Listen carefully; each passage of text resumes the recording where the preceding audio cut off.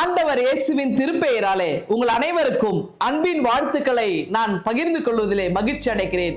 குறிப்பாக இந்த நாளிலே த கிங்டம் சிங்கர்ஸ் ஆவடியை சேர்ந்த குழுவினர் ஆண்டவர் இயேசுவை துதித்து பாடவிருக்கிறார்கள். ஆண்டவரை துதிப்பது அவருக்கு பிரியமானது.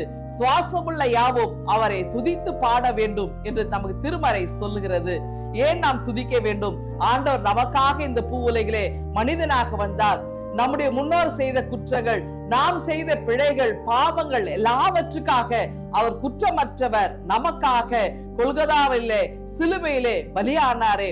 அந்த தியாகத்தை நாம் உணர்ந்தவர்களாய் ஆண்டவர் இயேசுடைய கரங்களிலே நம்மை அர்ப்பணிக்க வேண்டும். நமக்காக அவர் அடிக்கப்பட்டார், நமக்காக அவர் கசையடிகளை வாங்கினார், நமக்காக அவர் ரத்தம் சிந்தினார், நமக்காக அவர் நொறுக்கப்பட்டார். அவருடைய தியாகத்தை நாம் நினைத்து நாம் அவருக்கு ஈடாக என்ன செய்ய முடியும்? நம்ம எது செய்தாலும் அது அவருக்கு ஈடாகாது. ஆனால் நம்மையே நமக்கு அவருக்காக சுகந்த பலியாக நாம் படைப்பது மட்டுமே அவருக்கு பிரியமாயிருக்கும். ஆகவே நம்மை ஒப்பு கொடுப்போம், நம்மை அர்ப்பணிப்போம். குறிப்பாக ஆண்டவர் இயேசுடைய இந்த பாடுகள் நிறைந்த காலங்கள், அவருடைய உயிர்த்தெழுதல் எல்லாவற்றையும் உணர்ந்தவர்களாய் ஆண்டவரை நாம் துதிப்போம். த கிங்டம் சிங்கர்ஸ் ஆவடி குழுவினரை மனதார வாழ்த்துவதிலே மீண்டுமாய் நான் மகிழ்ச்சி அடைகிறேன். ஆண்டவருடைய இடைவிடாத அன்பு நம் அனைவரையும் ஆற்றி தேற்றி வழிநடத்தி பாதுகாத்து காப்பதாக. கடவுள் இயேசுடைய அன்பு எப்போது நம்மோடு தங்கி இருக்கட்டும். ஆண்டவர்களை ஆசீர்வதிப்பாராக. ஆமென்.